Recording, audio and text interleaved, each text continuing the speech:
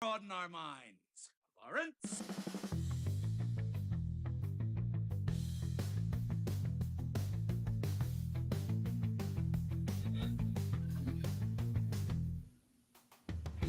What's going on, everybody? Welcome back to another episode of Slav's Free Talk Podcast. That's right. We're back yet again for another amazing episode. I hope it's amazing. I hope it's an amazing episode. This episode is chock full of some interesting topics. A new Zack Snyder movie, you say? Halo. Look, I'm a big Halo fan, so we're going to talk a little bit about some Halo news that came out the other day.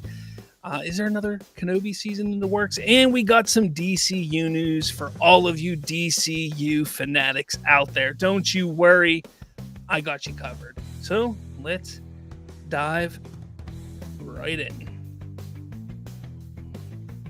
How's it going, guys? I know the chat's already out there. We got Hope for Life, first one here, ready to go. We got Matthew Gaudette was in here. The actors want to be paid, obvious, but they also want Star Wars to be good. I highly doubt Hayden, Ewan, or Mark say, I hope Disney makes something bad. I want my name on garbage. I'm guessing that's a comment about some topic we're going to cover here. But I hope you're all here. I hope you're all ready and raring to go. I know I'm ready to go. How is all of yours weeks going, people? Hope it was going well. Yeah. All right. Let things kind of get moving here.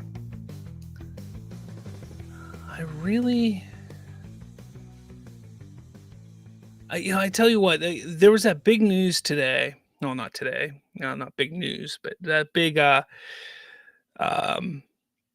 debacle on social media with with Rob Liefeld today, which I think is hilarious with his comment on Superman. I did a video. Go check that out. Because again, we're having the same old people just talking and just getting upset that people are excited about Superman. And I don't understand why it is so bad for people to be excited about Superman. And someone like Rob Liefeld, who, yes, he's worked on DC Comics in the past. He's excited about the Superman movie. He's heard great things about Superman. That's exciting. It's okay. It's okay.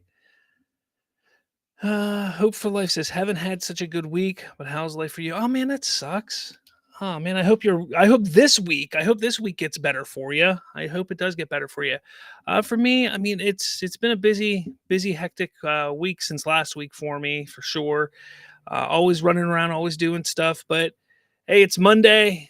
Got to look towards a better week, hopefully.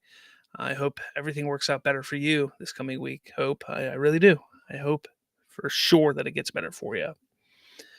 But yeah, I really hope that people start to tone down the rhetoric. I mean, someone like Rob Liefeld, I don't understand why they're attacking him, especially when he was somebody who was such a supporter of Zack Snyder. I mean, he was a huge supporter of Zack. He was all about Zack Snyder and his cut getting out. He wanted to see it. He was all for it. And it's okay to be excited about what else is coming. It's okay. It's not a bad thing. It's okay, people. It truly is okay. JL, hey, I made it. Hey, what's going on? Nice to see you, JL. Now, I do want to get moving into the next thing. I do want to get this poll ready because I do want to ask a poll question here in a second. So I got that ready. So let's move on to the first topic. Okay, let's get into it here. So film junkie Dave Pena himself had to share this on X the other day. And I've known about this. I think we've all pretty much known that this was coming. We've all talked about it. I was a little more hesitant in believing that it would actually happen, but it seems like things are moving along, which, hey, I mean, more power to them. But this is the report. It says Zack Snyder's next film set in the world of UFC. Adam Driver has apparently been offered the lead role. In case you're wondering what Zack or what might be next for Zack Snyder, especially after the epic scale epic scale of his two Rebel Moon movies, well, he's going to be doing the total opposite of that. In July, Snyder told Real Blend that his next film was smaller in scale to Rebel Moon. It would not have any VFX. And this was his quote exactly.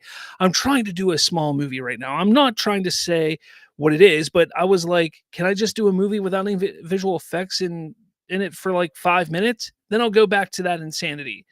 I'm supposed to be writing this movie, and that's kind of what I want to do.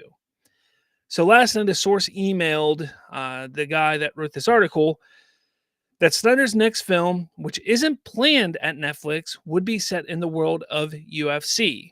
Zach Balin of King Richard co-wrote the screenplay with Snyder.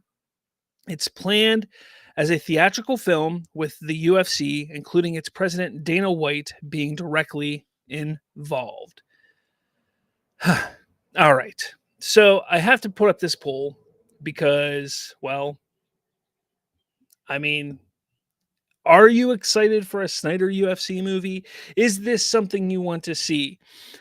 I have to say, I have to be completely honest with all of you here because this is not a terrible, terrible, terrible idea. I think this is actually a pretty good move for Zack Snyder. If he can get back away from all of the special effects heavy type of film, kind of get back to just a more intimate type of film, let him get away from all of that. Maybe he can get back to what he was really able to do, say, with something like Dawn of the Dead. Something that, is more heavily focused on that character driven type of story and help him refocus and re-establish himself as a director. And that might be a really good idea for him. That might be a really good opportunity for him to just reset himself. Because Rebel Moon, guys, like I know everybody, if you watched it, you just know that those movies were bad. They were bad. He gave it his all, and he showed what his all is, and it's just not good. And I think this is a perfect opportunity for him to reset. And as someone who has enjoyed Snyder films, I think this is a great opportunity.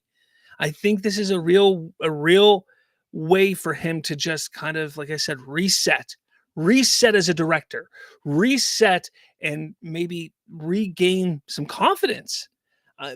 Maybe he hasn't lost the confidence. I'm not going to put words in his mouth. I'm not going to put any feelings inside of him, but maybe that's what he needs. Maybe he needs to kind of gain some confidence back in this. And, I have to say that if I were a betting man, this movie's going to happen. I think Dana White wants it to happen. I think the UFC wants it to happen. I think Endeavor wants it to happen. The company that runs UFC, they want this to happen. And if it does well enough, which I think it could do well enough, I think this would be the start of Zack Snyder's next chapter, and to see what he can do. And this could be where he starts to get away from these big epic films that he was trying to do for so long, and maybe get back to these more more intimate type of films if he can pull it off, and maybe dabble in the more epic scale from time to time. But I just don't think that's him. I don't think it is. We saw it with Rebel Moon. And here's the crazy thing. If you take a look at the Army of the Dead, while, yeah, it was a larger scale film and there was a lot of VFX in it, the best moments in that movie were the smaller scale moments. The larger scale moments, the larger scale scenes, those weren't the great moments of that film.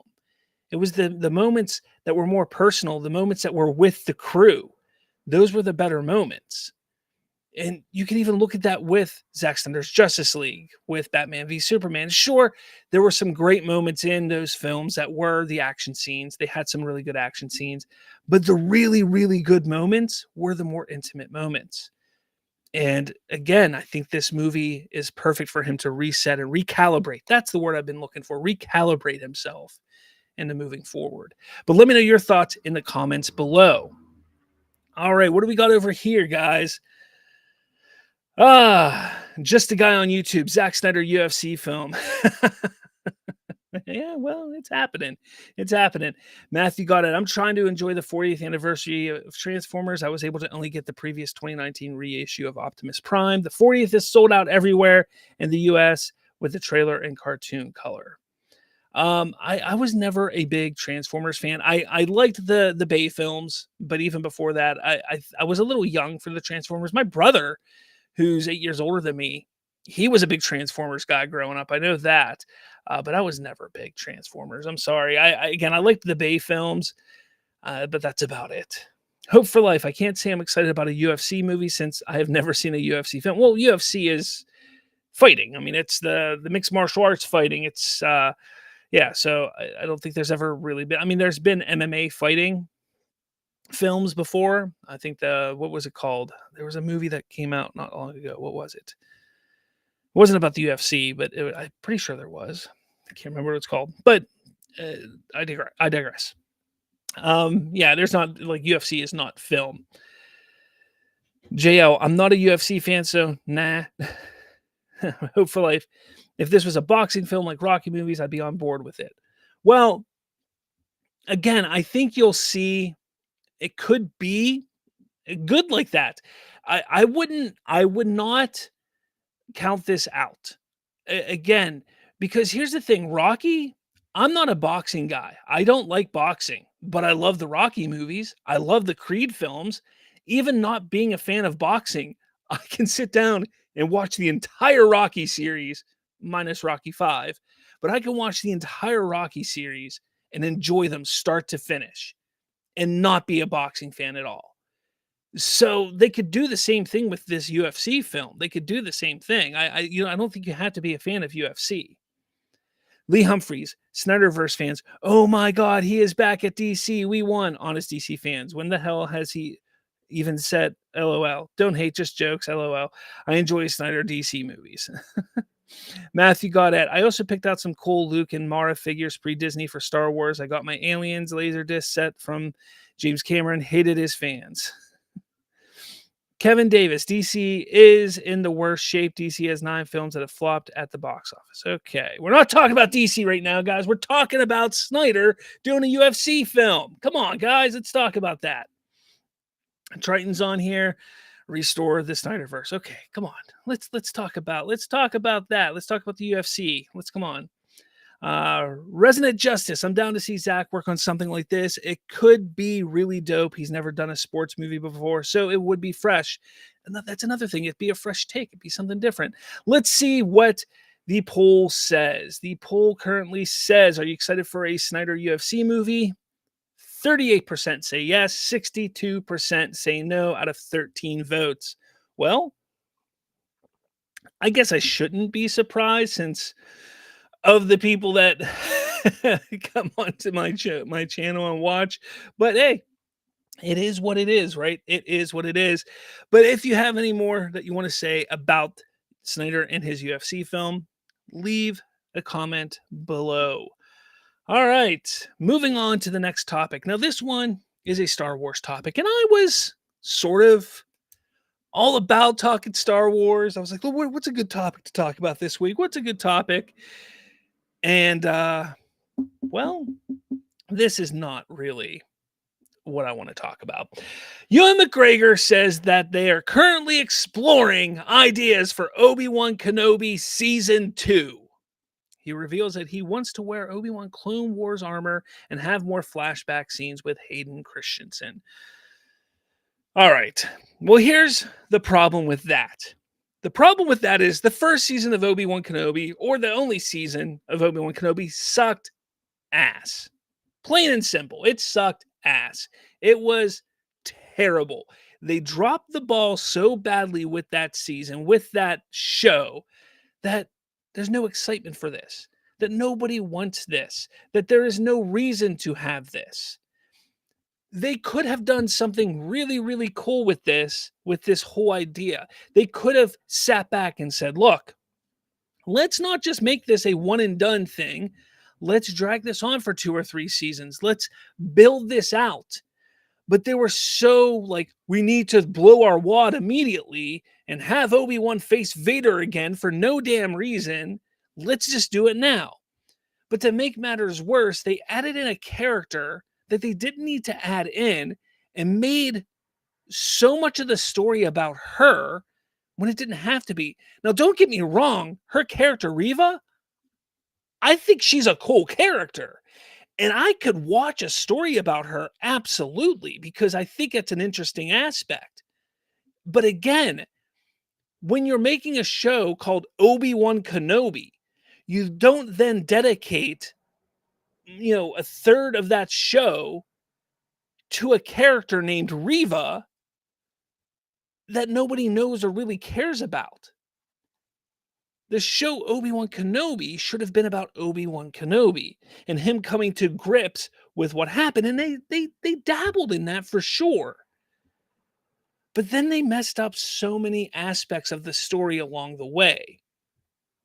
They messed up. First off, why? Like, again, the Reva character is a cool idea. But why did she know that Darth Vader was Anakin? Why did she know that? Like, that's a piece that just bothered the crap out of me. There's so many aspects of this show that were just terrible. And then don't even get me started with little Leia running from the bounty hunters, and so much about this show was bad. I agree. I would love to see Ewan McGregor in the Clone Wars armor in flashback scenes with Hayden Christensen. That's what the show should have been. The show should have been Obi-Wan Kenobi dealing with this guilt of failing his Padawan and reliving and thinking about what he could have done differently as his master to not fail him, and having flashbacks. That's what the season should have been. And trying to rectify and find a way, like, what could I have done differently? Upon realizing through the story that there was nothing that he could have done. It was nothing that he did. That he did everything right. But no, they went the route that they did, and it was just terrible. It was terrible. And they think that people want to see a season 2. Look, I'm a big Ewan McGregor fan. I think he is a phenomenal actor. I loved him as Obi-Wan Kenobi. I've loved him in almost anything that I've ever seen him in. I like Hayden Christensen. I liked him as Anakin Skywalker. I've liked him in a lot of different things. But here's the fact of the matter. The idea of doing another season of Obi-Wan Kenobi, I just don't see how they can do it at this point in time. The fact that Vader now knows he's out there, you can't have Obi-Wan running around the galaxy with Vader knowing he's out there. Obi-Wan has to pretty much go into hiding now and stay hidden because Vader knows he's out there. That's a problem. You can't have another showdown with Vader and Obi-Wan. Like, that's pointless at this point. There's so many issues with this that just is bad. And I know you see down here, Qui-Gon needs to teach him how to become a Force Ghost. We need him to battle the Maul we saw at the end of Solo movie to get the revenge of Qui-Gon being slaughtered. And we need to see some pre-Rogue One stuff. No, we don't need to see any of that. First off, we don't need to see the Maul thing because we see that in Rebels. And we don't need to see him teach him how to become a Force Ghost. Like, that doesn't need to be seen. Like, you don't need to see that. It's, expected that that's what happens. We understand. I don't know. But let me know what you think. I just think this is a bad idea. You're beating a dead horse at this point in time. It was bad. Leave it be. Sure, maybe come up with another way of doing it, but an Obi-Wan series at this point, no. Now, if they do a Cal Kestis series and they do something with Cal Kestis and Obi-Wan pops up in there, Absolutely. And maybe have him pop up in a Cal Kestis series for a short stint, maybe an episode or two, then he goes away. But an Obi-Wan series at this point, no. No, not at all. Let me know your thoughts in the comments below. What do we got over here? Let's see. Triton. Where am I doing? You can guess which option I chose in that poll. Yeah, you don't want Snyder to do anything. Triton says, if by sucked ass you mean was amazing, beautiful, emotional, then you'd be correct. I'm sorry, but no. The show sucked floppy donkey dick. Matthew Goddett. Dave Filoni is not a live action director is a problem. He will have to work on his craft to get there. George had his independent years and film school to fall back on. Hugo Millie. Riva was in every adaptation of this story, even when it was to be a movie. Again, Riva could be a good character. I don't think she fit for this specific story. And honestly, she could have fit in this story if you don't focus a third of the story on her. That's the thing. She even could fit if you don't utilize Vader so much in the story. There's a lot of it that could work. There's a lot of it that, like, I don't know. There's a lot more to it that they failed with that character because she is a interesting character for sure. They used her too much. They toned her back and don't use her as much. She works. Or they take some other characters out and let her blossom a little bit more and be kind of the big bad underneath Vader, because they kind of had the Grand Inquisitor there for a little bit. And then you have her, you have the other Inquisitor. Like there was so much going on there. Or you expand and make it longer than, what was it, 8 episodes, 10 episodes, whatever it was. I mean, there's so much that they could have done that. Riva should not have been, plain and simple, Riva should not have been in the show. She shouldn't have been part of this story, because it should have been the focus of Obi-Wan battling his demons. The big bad should have been Obi-Wan's demons. And there should have been Inquisitors chasing them for sure. But it should have been basically no-face Inquisitors. There shouldn't have been any real connection to the Inquisitors. The real big bad of the show should have been his demons, which manifest into Vader later in the show. That's what it should have been. Hope for life. Star Wars still getting milked by Disney still. Yeah. Matthew got at Disney. Disney needs to hire better writers and actual craftsmen or craftswomen to make these. Lucas compared it to being toy maker. Hugo Millie, cause the writing itself was butchered by that point, but she is a youngling went bad. Yes, I know. Should just do Clone Wars again. Get us some Grievous again. Yeah, maybe.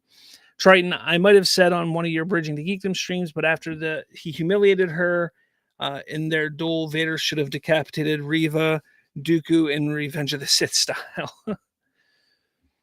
Hope for life. Disney should really listen to Star Wars fans, and maybe their shows and films would be better.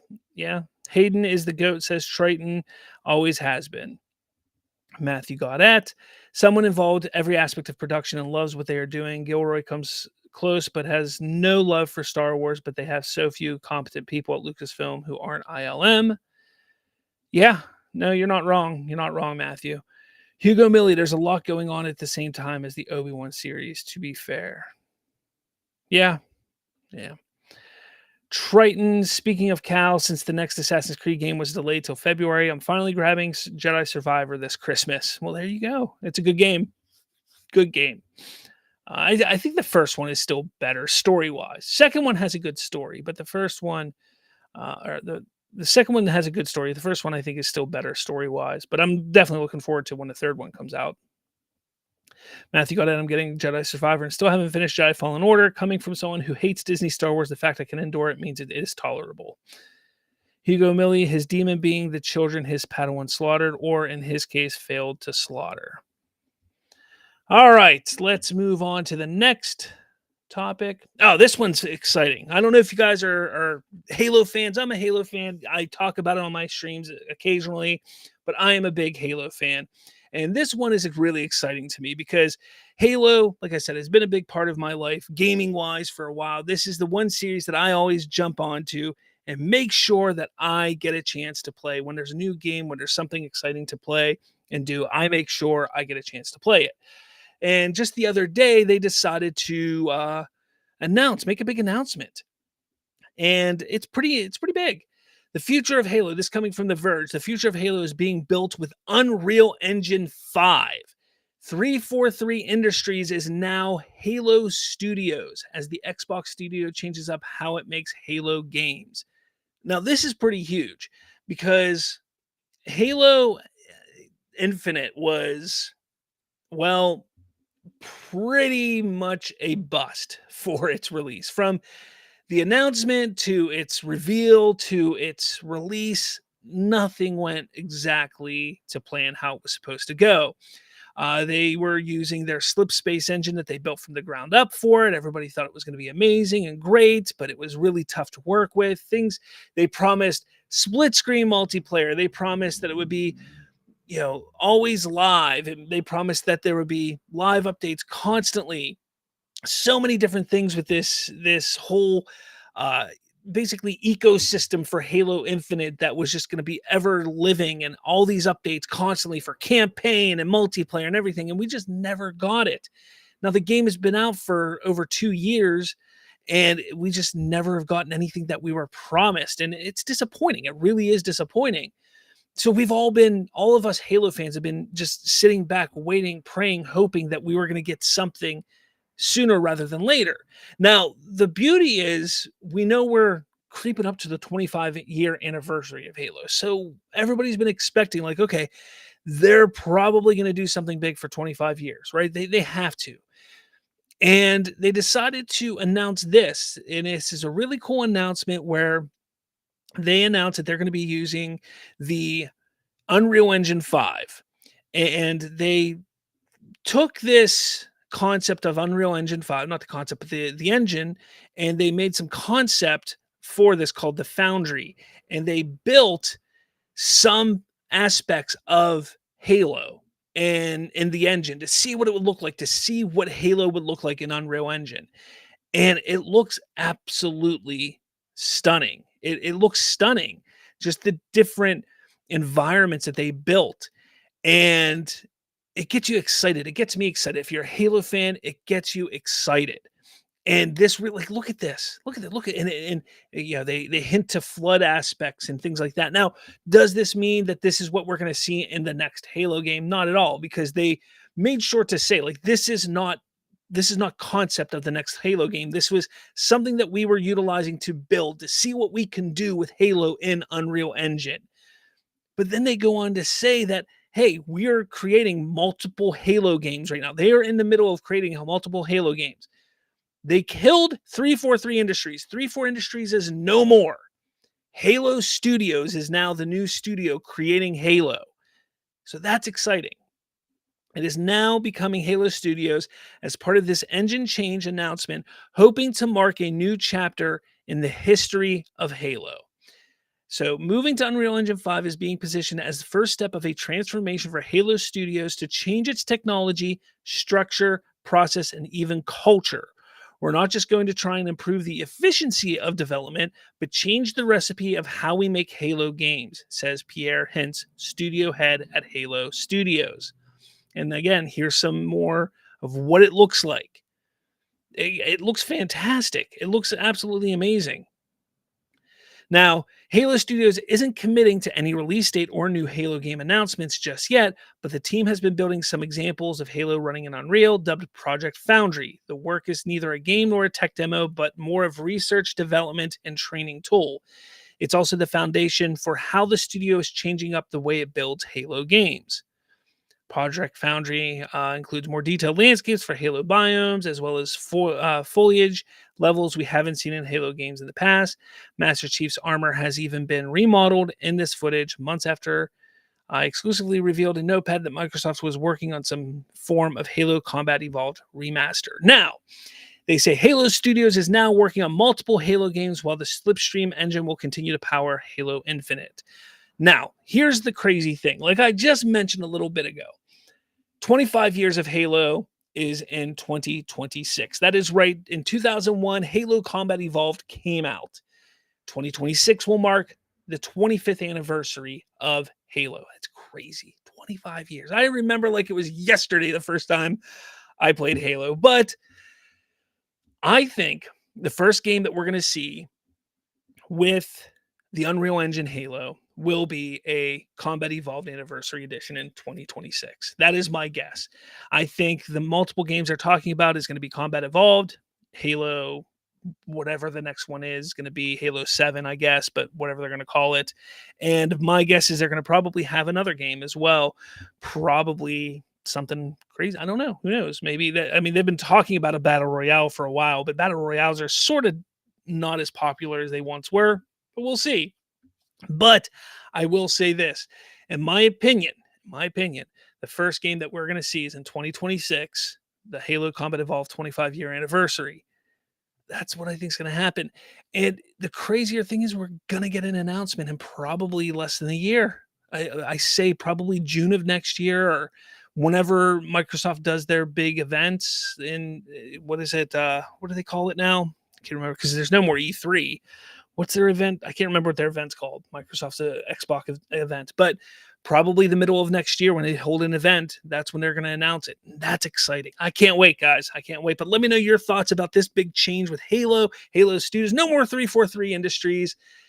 Halo Studios, and them now officially using Unreal Engine 5. All right, what do we got over here? Hunter Iggy.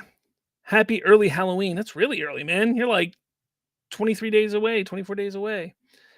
Triton. Halo 4 is my favorite Halo game. Halo 5 is a turd. Infinite is basically just act one of story.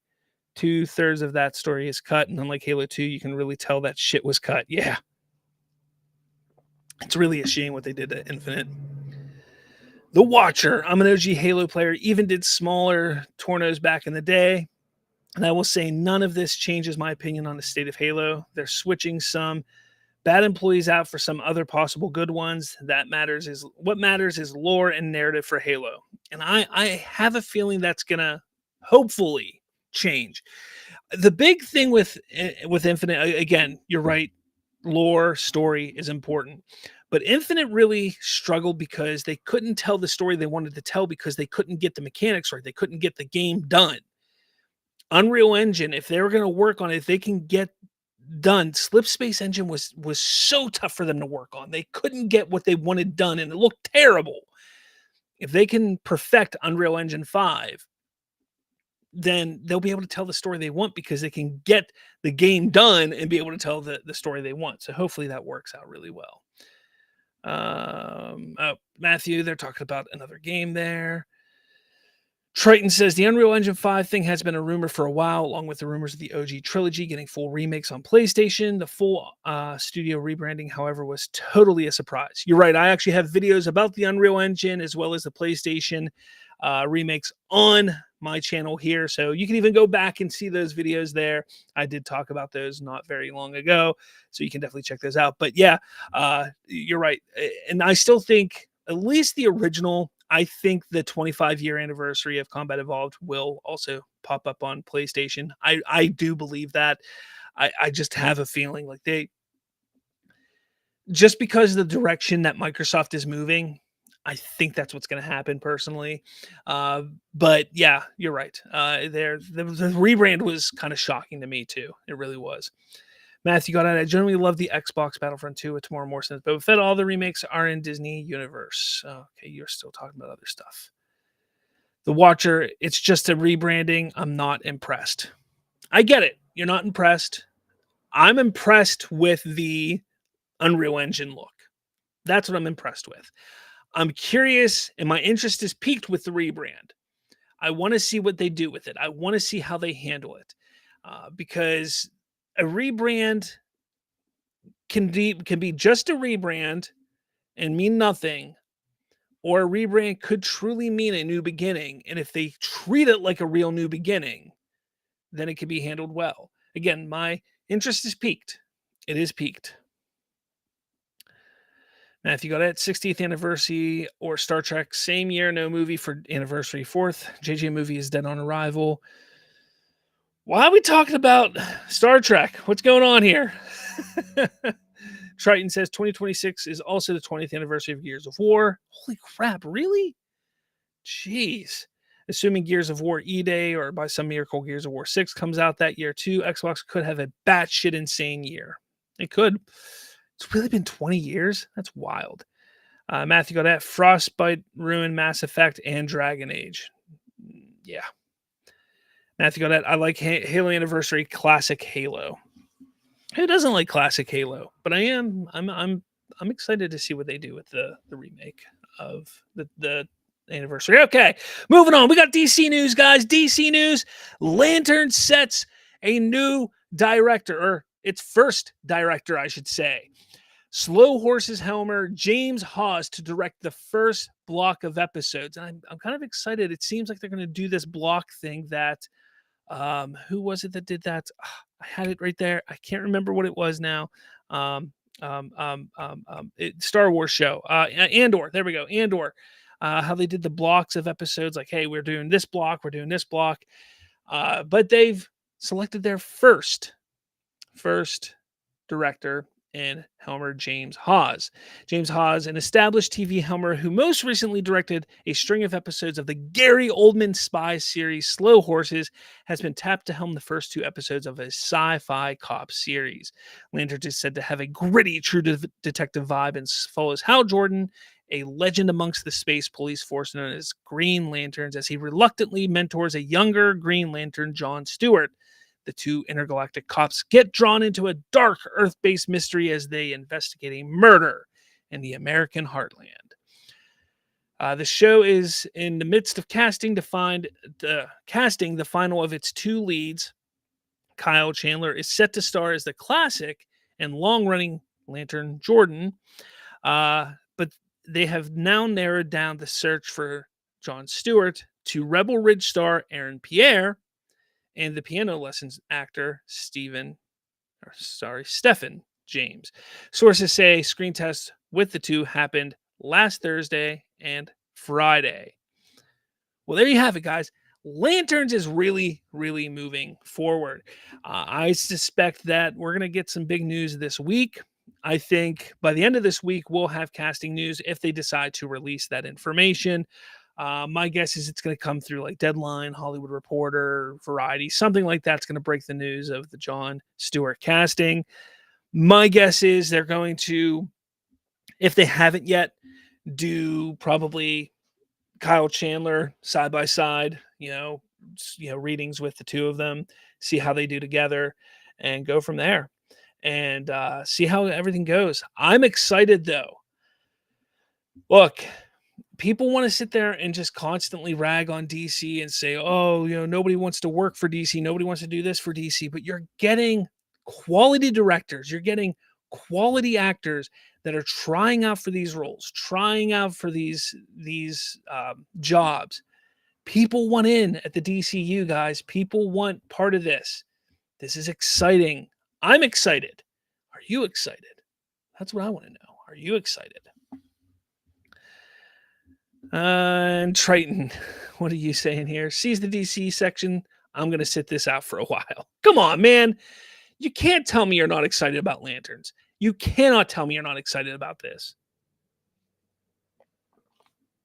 You can't tell me you're not. Like, there's nothing to not be excited about here. This is exciting. Jay Kelly. Hopefully we get that casting decision for John Stewart soon. I think we will, guys. I think we'll get it very, very soon. I think by the end of this week, I think there's a good possibility we get it.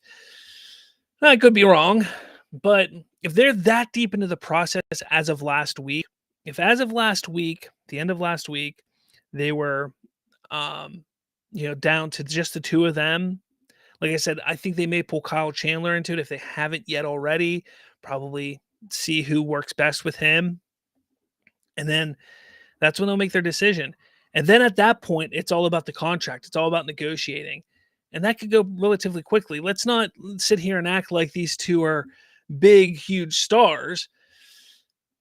They're going to sit down and they're going to have to talk about, like, okay, First off, Jon Stewart, they're going to sit there and say, what kind of deal do they want to have? What's the plan? Because remember, whatever they do with DCU is going to be TV, film, animation. This is huge. This could be a huge multi-year deal. And it could be a 10-year deal. It could be a 5-10-year deal. It could be a 10-picture deal, a 6-picture deal. Who knows what it is? So the negotiations, while he's not a huge actor, or neither one of them are huge actors, it could be, intense negotiations for sure. So they're going to negotiate, and that's going to probably take a few days, maybe a week or two. But I'm thinking that it could come by the end of this week, or at least who they picked will come out. It might leak out by the end of this week. The negotiations may not be finished, but it may leak out by the end of this week. That's my thoughts. Hope for life. I can't wait to see what seeds Lantern plans for the larger DCU. Me too. The Watcher, 100%. I'm hyped for Gunn's DCU as well. Gunn understands DC. As a lifelong DC fan, I can tell he gets it. The vibe from set photos alone tells me everything I need to know that Gunn is cooking. He sure is. Triton, I'm both a man of my principles and stubborn. You know that. I do know that. But man, come on. Like, I know. Look, Triton, look, I've known you long enough. You've, watched me on Bridging the Geekdoms. You're over here now over at Slavs Free Talk talking to me. I know how you feel about the Snyderverse. I know how you feel about it. But I know you're a DC guy. And you have to admit that there's a little bit of you inside that's like, I have hope. There's a little bit inside of you that has to have some hope. Has to have some hope that Lanterns is going to be awesome, or Superman's going to be awesome, or Waller, or Brave and the Bold, or something is going to be awesome that you're going to sit there and latch onto, be like, yes, this is awesome. I still love Snyderverse. I still love what Snyder did, but this is awesome too. I know there's a bit of you, and there's a little bit of part of you that's feeling that. I know there is. Matthew, if we can get more than one Superman movie in 10 years, I'll be happy. I mean, if the sequels are quality. Yeah, I'm sure they'll all be quality. For sure. All right, moving on to more DC news. We got... Not that. What is this? I have no idea what this is. Get rid of that. All right. Moving on. So, James Gunn confirms Frank Grillo will appear as Rick Flag Sr. in Superman. Gunn describes Rick Flag Sr. as one of the primary characters in Peacemaker Season 2. Now, Frank Grillo, who we've talked about, will be, he's going to be in Peacemaker Season 2. He's also going to be in Superman, which we all saw in the set photos. So, James Gunn confirming that he's in there is kind of just like, oh, yeah, we saw him in set photos. But it's really nice to see. We're seeing more Frank Grillo. We're seeing more of these actors doing this crossover. The crazy thing is Frank Grillo is in Creature Commandos, Superman, and Peacemaker, which are most likely going to be the first 3 projects, 1, 2, 3 of the DCU. So the first character that's going to be in all 3 projects is Frank Grillo's Rick Flag Sr. That's interesting.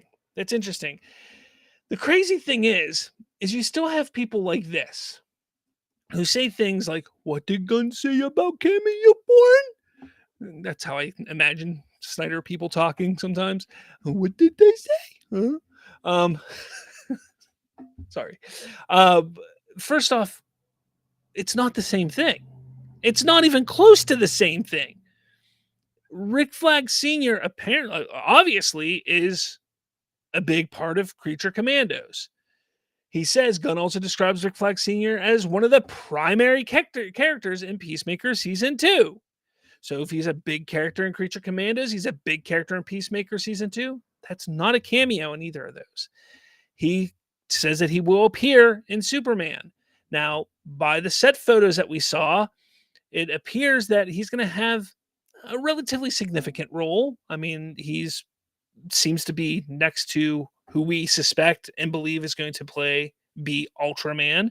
Spoilers. As well as what's her face? The from the Authority.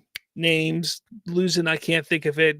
Chat, you're gonna yell at me here, but he's next to her as well. So it seems like he's gonna have a decent chunk of a role in there, not a cameo. But again, people just they latch on to something. They hear something and they hear what another Snyderverse person says that's completely inaccurate or wrong, and they just latch on and like, oh, that sounds good. So I'm gonna say it all the time. Anytime Gunn says something, cameo porn, this, that. Oh man. Oh look. Oh man. James Gunn's head of DC. Oh, well, DC movie sucks. And it's getting out of hand. It gets out of hand. It really does. Like, come on. Come on. Come on. Come on. I'm excited. I mean, it's cool to see Rick Flag Sr. And it's crazy that, Rick Flag Jr., well, perhaps he's back. Well, didn't he? Didn't he die in Suicide Squad? Didn't he die? Well, Joel Kinnaman, when asked if he would return as Rick Flag Jr. in Peacemaker Season 2, he says, "That's ridiculous. I would never be on a show like that. It's not what I do." Well, the crazy thing about that is he was tagged in a post on Instagram with that. And he was tagged on a post, and it was shortly thereafter taken down on the wrap for Peacemaker. So he was tagged in a post for Peacemaker, and then it was taken down. So there's speculation that he may be there, he may not. And the way that he says that's ridiculous, I would never be on a show like that. It's not what I do. I mean, he was in the Suicide Squad. It's basically the same thing, dude. So was he being funny? Was he trying to be funny? What's he saying? What's he doing here? What's going on? But I have to say, if you have Senior and then you have Junior, that's going to be kind of fun to see their dynamic pop up. And we know that the events of the Suicide Squad, the events of Peacemaker, all those things that happened before, they're not going to happen. They're not going to happen the same way. Again, the way in for Peacemaker and all those people into the DCU, James Gunn says he has a way in and that it's going to make sense. We have to trust him. We have to wait and see how it works, but we have to trust him. We have to see how it works out. So if Joel Kinnaman's Rick Flag Jr. pops up, hey, I'm all for it because I liked him in the role, specifically in the Suicide Squad. I did like him in the role. I think he really owned it in that movie far more than he did in the first Suicide Squad. But I'm looking forward to it. I'm excited. I'm excited about it. I hope he does show up. If not, I mean, that sucks. But if he does, hey, cool. I'm all for it. I am all for it for sure. I like Moonlight Warrior here. Just kind of the wink. Yeah. Yeah. I like Tyler. Yeah. He's in season 2 confirmed. I like it. I like it. The Engineer, Jay Kelly says. Yes, that's who I was thinking of. The Engineer. Thank you. I don't know why I couldn't think of her name. Thank you. Let's see. Triton says nope. That's come on, man. I know. Jalen, sorry I'm late. Still recovering from my football team breaking my heart like Star Wars. LOL, what I miss. A good bit. I talked a lot. I've been talking for 48 minutes. Matthew got it. I got 2 Superman films since 2006. Returns and Man of Steel, then nothing for another 10 years or 12 when the new movie comes out. I mean, in all fairness, you got a little cameo at the end of Shazam. You got Justice League in 2017. You got Zack Snyder's Justice League. You got a little cameo at the end of Batman, at the end of Black Adam. I mean, you got that little cameo in Flash of him flying around a volcano. You got enough Superman. Come on, man. Come on. No, I'm with you. I'm a big, I'm a bigger Batman fan, always have been. But I do want to see more Superman on the big screen. The amount of, again, I always go back to this. How does Venom have a trilogy in the span of 6 years or 8 years, whatever it's been? And Superman has had none in that span. And the Venom movies have sucked ass. I just, yeah. Goober 316. I'm excited for the DCU. As am I, sir or ma'am. I should not assume your gender. But I am too, Goober. I am too. The Watcher. What is your most anticipated projects from the DCU? For me, top 5 are Superman, Creature Commandos, Paradise Lost, Lanterns, Brave, and the Bold. For me, Brave and the Bold's number 1. Superman is number 2. Lanterns is number 3. Swamp Thing number 4. And honestly, I know it's not confirmed as a DCU project, but I really believe it is a DCU project, and I really hope it is Dynamic Duo. I'm really interested in that project. I really want to see what that's going to turn into because I am interested in that. If Dynamic Duo is not, then I'm going to say Teen Titans. Again, I'm a Batman guy, so I'm going to want the Batman connections there as much as possible. Hope for Life. I wonder what importance Rick Flag Sr. will have in the DCU other than connecting things back to Creature Commandos. Oh, come on, man. He's going to have a huge importance to it. Again, it won't be just a connection to Creature Commandos. It's going to be to Task Force X, not just Creature Commandos. But then again, is Task Force X in Superman? Because if he's with Ultraman, if that is Ultraman, that seems more like that's going to be more connected to Lex Luthor. So is he just kind of like a man for hire? Like, who knows? Like, I don't know. I don't know. The Watcher. Whoops, you're talking to somebody else there. Man, you guys are talking to each other. That's fine. Triton says, simple. Venom isn't owned by Warner Brothers. That's true. That's very true. Again, Warner Brothers was absolutely the problem for DC for how many years? And I've talked about it ad nauseum, but I mean, everything that happened from 2013 to about 2022, it was a complete disaster due to how many ownership and management changes, people wanting to take over and be the head of DC, be the head of DC Films, wanting to be the next Kevin Feige, wanting to do this, wanting to do that, thinking they knew better than somebody else, all of that stuff. There was so much going on. There was so much backstabbing, so much conniving, whatever going on, that at the end of the day, it just was a terrible environment. Warner Brothers only has Warner Brothers to blame for everything that happened there, for sure. But since the Warner Brothers Discovery merger, since all of that started, was it perfect? No. There were a lot of missteps that happened even from that point on. I agree. But the missteps that happened were happening because they had to start righting the ship, and they were doing the best that they could to right the ship. They had to make adjustments. They had to make moves. They had to do things to right the ship and get things ready to do what they're doing now. Things like Batgirl just being shelved. Look, I mean, I know a lot of people hate that move. I know a lot of people hate what they did, but I get it from a business standpoint. I understand it from a business standpoint. I understand that. You may not like it, but you have to understand it from a business standpoint. The idea of hiring James Gunn and then them saying, look, we're starting a new universe before the old universe's films have all come out and are finished. Well, they didn't really have a choice because they had to announce that the universe was done, or otherwise people would be like, well, are these movies connected to this? What's going on here? Like, they had to announce that the universe was ending and that the new one was coming. They just had to do it. There was no other way of doing it. So things had to be done a certain way, and it was a mess. It absolutely was, but it had to be done. And again, you live and you learn.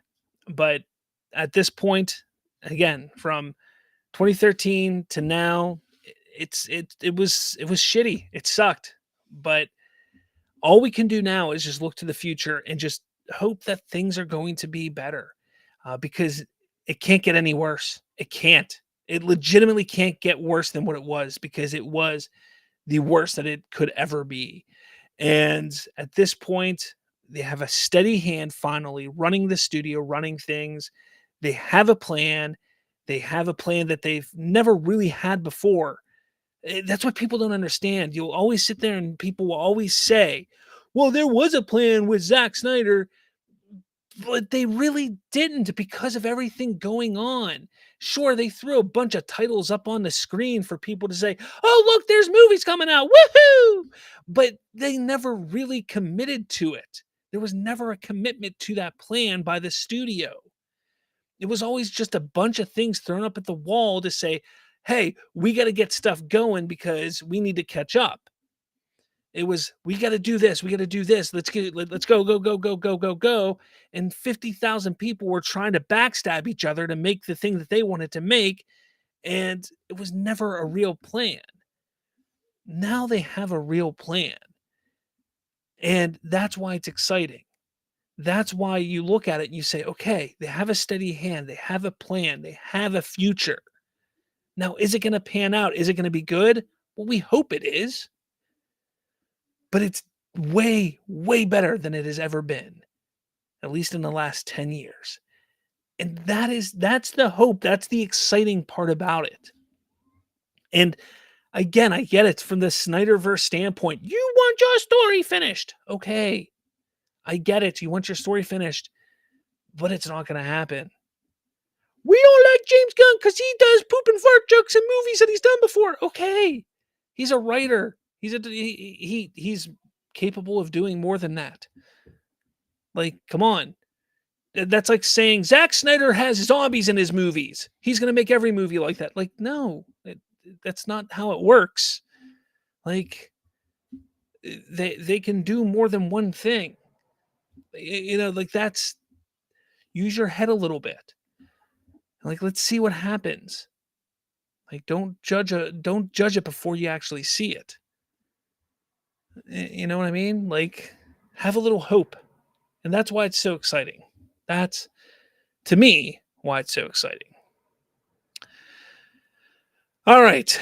One more topic. I'm running kind of behind here. I know I got a lot of comments here too. One more topic here. And Teen Titans. Variety confirms that scribe Anna, I can't say names, Supergirl Woman of Tomorrow writer will write Teen Titans for DC Studios. Now, you guys are going to be a little shocked here. I'm not really excited about this. Not too excited about it. Here's the thing. She was an actress, and she's wrote a few things. Supergirl is kind of her first big writing gig, and then she's moving over to Teen Titans. Now, like I said, Teen Titans is a film I'm looking forward to because, yes, it's part of, more closely connected to the Batman stuff, Robin and Teen Titans. I'm excited about that. And I have a feeling they're really going to connect it with Nightwing, Robin, and Robin. I hope so. I hope they get a real good connection with Batman and Nightwing and Robin and crap like that. But the little bit I've heard about the script and story for Supergirl, like, while I am excited about Supergirl, I am a little worried about that story, which leads me to being a little worried about this movie now that she's writing it. So I'm going to hold my excitement back until I start to hear a little bit more about what they're doing with this film. Now, I am still excited about Supergirl. I still am interested and excited about Teen Titans. But I'm not overly excited about her writing this movie. Only because, one, like I said, she's still not a big veteran writer. Two, again, the story that I've heard, or what I've heard the story for Supergirl is, worries me about Supergirl just a little bit. Just because of the social agendas that they may be pushing in that movie, which I sit back and I say, why do we need to put that in these films? Because I don't think you need to. It could be taken out by the time we get it. Awesome. It may not be in there at all, ever. Perfect. Again, we got to sit back and just wait till we see it. Same goes with Teen Titans. as we hear more, as we start to see the casting, things like that, my excitement will go up, up, up, up, up, up, up. I'm sure. I'm sure. But this is the only thing that I am a little hesitant on with this film. This is the only thing. But we'll see. We'll see for sure. We will definitely see for sure. What do we got over here? Boy, I know I missed a lot of comments here. Jay Kelly says, I do not think it's Ultraman more likely to be a member of Authority since he is working with the engineer. Could be. Triton Batgirl should have never been made, so yeah, it can stay shelved. Hope for Life, I wonder when we're going to get more information about the Authority since we already have the engineer cast. Well, it is in active pre-production, like pre-production, I should say. Like they're starting to get stuff ready to really move on that movie. I think they actually have a script going. I don't think they have a director yet. Rumor has it might be James Gunn directing that movie. But I think they are really pushing forward for the Authority to get going probably by the end of next year at the latest. That's the rumor on the street. So I would say we're going to be hearing a lot about the Authority coming up very soon. Claudio Vega. You can't explain common sense to people who see that as a betrayal in relation to Slavs. That's Slavs Free Talk. Did I miss something up here from you, Claudio? Did I miss something? Maybe? It just sounds like a continuation there. No, I'm sorry. The Watcher. I've seen people complaining about Creature Commandos thinking it's just Suicide Squad 2.0 when it isn't. Waller makes several anti-JL teams, Secret Six, Creature Commandos, Suicide Squad. She's even funded Secret Society a couple times. Yeah, they did a cool little video. Who are the Creature Commandos? It's like a 2-minute short, or not short, but a 2-minute video on my channel. You can check it out. It's just a quick little like who's the Creature Commandos type of thing to get people excited. So go check it out. It's pretty cool. Claudio, Rob Liefeld to betrayal in relation to Rob Liefeld. That's what you're talking about? Okay. Yeah, I know that Rob Liefeld thing is crazy. Matthew Goddard, I'd like to see what Brendan Fraser and Keaton shot, but I can see why they shelved it, deleted, and destroyed the film completely and off the servers. Was a bit extreme, though. Batgirl was for attacks. Yeah. Hope for Life. You should tell us your thoughts about Creature Commandos once you see it. I 100% will. Don't you worry about that. I will be talking about Creature Commandos. No worries about that. December 6th it comes out, if I'm not mistaken, right? December 5th, 6th, something like that. The Watcher, Guns Lore, world building with the different teams, Teen Titans, Suicide Squad, Creature Commanders, Argus, Authority, JL, JLI, JLA, Secret Six, etc., etc. That's exciting, yeah. Chris Sawstick, I'm terrible with names, Chris, I'm sorry. It was smart for Gunn to change the face of Superman. Cavill's last theatrical appearance was Justice League and Black Adam. It wasn't just because of those appearances, it's because you have to detach yourself from the old DCEU. And that Superman was the face of it was the DCEU. You have to detach yourself as much as you can from it. People ask, why did you keep Peacemaker then? Well, Peacemaker wasn't the face of the DCEU. People really didn't connect him to the DCEU. Even Blue Beetle, who they're keeping Zolo from Blue Beetle. He is not the face of the DCEU. Again, you can do that. And while I don't agree on James Gunn doing that, I did not agree with that. That is one of the aspects of what he's doing I do not agree with. I understand why he's doing it, even though I don't agree. But he can do it because people don't connect them to that. You can't keep any of those actors who were the face of the Justice League or the DCEU of that time. It just makes sense. The Watcher. My theory is Gunn hired her to write young, angsty characters. She seems drawn to that type of story. Supergirl, Woman of Tomorrow is a tell. Makes sense, Watcher. It does. That does make a lot of sense. I can see what you're saying there. Triton. What have you heard about her Supergirl?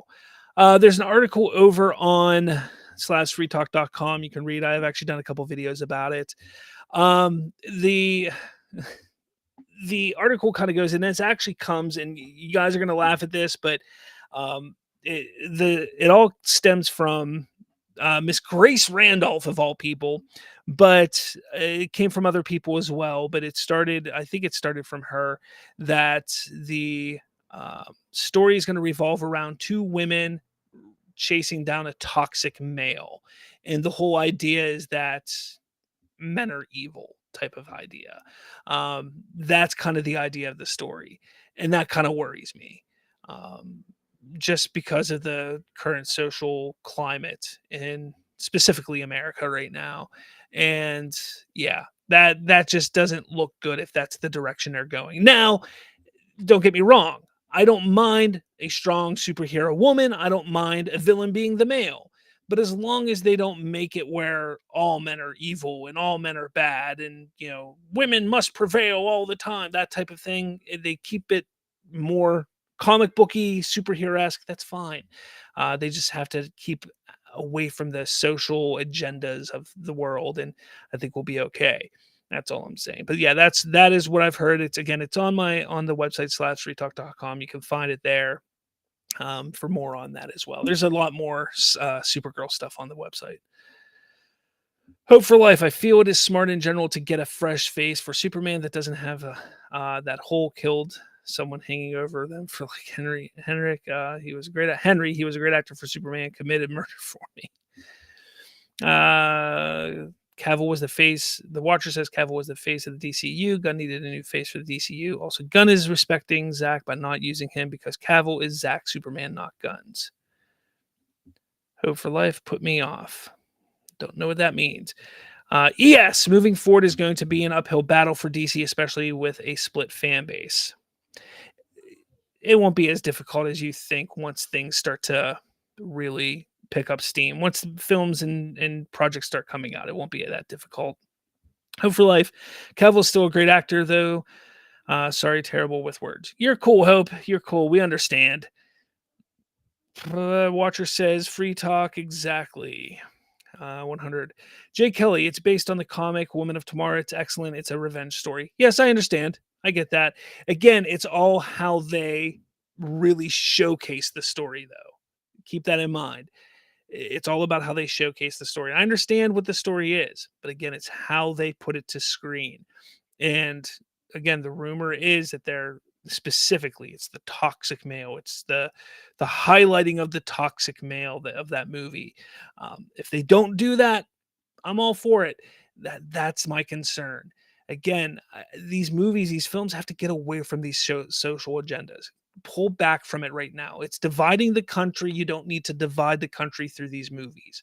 Not just the country, but the world. These social agendas are dividing the world. Pull away from them. Get away from them. Just focus on good, fun superhero movies. That's all. That's all I'm saying. Hope for Life. DC may be at the bottom right now, but they've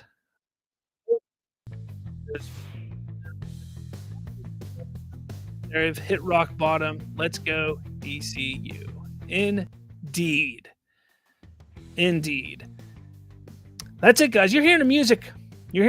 That means we're closing up shop. We're getting ready to close down this show for the day. Thank you all so much for joining today. This was a great show. I mean, it was more just multiple topics. I didn't really have a main topic for today, but we just kind of talked all these news topics. It was a different type of show.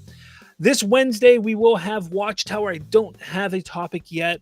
So if you guys come up with an idea for a topic, you can put it down in the comments below. I will put a community post on the YouTube channel for you guys to put some ideas for the Watchtower. Remember, it's a DC-centric show. All we talk is DC. So give me one main topic for us to talk about, discuss on the Watchtower. That'll be this Wednesday at 8:30 p.m. It will be the last regularly scheduled Wednesday Watchtower as we move to Thursdays starting next week, which will be the normal schedule. That is the day that I want to make it is Thursdays, but soccer season will be ending this Saturday, thankfully. But yes, this Wednesday, 8:30 p.m. Watchtower, the Watchtower DC-centric show. So be on the lookout for that. Triton says, I'll make you a deal. Gunn announces the Ayer cut and that Snyder will get to finish his story with 100% creative freedom and no outside meddling. I'll consider giving his DCU a shot. You know damn well that's not going to happen. And that's not even being, you said I could be fair. First off, that's not even being fair. Gunn has nothing to do. Gunn does not owe Ayer or Snyder anything.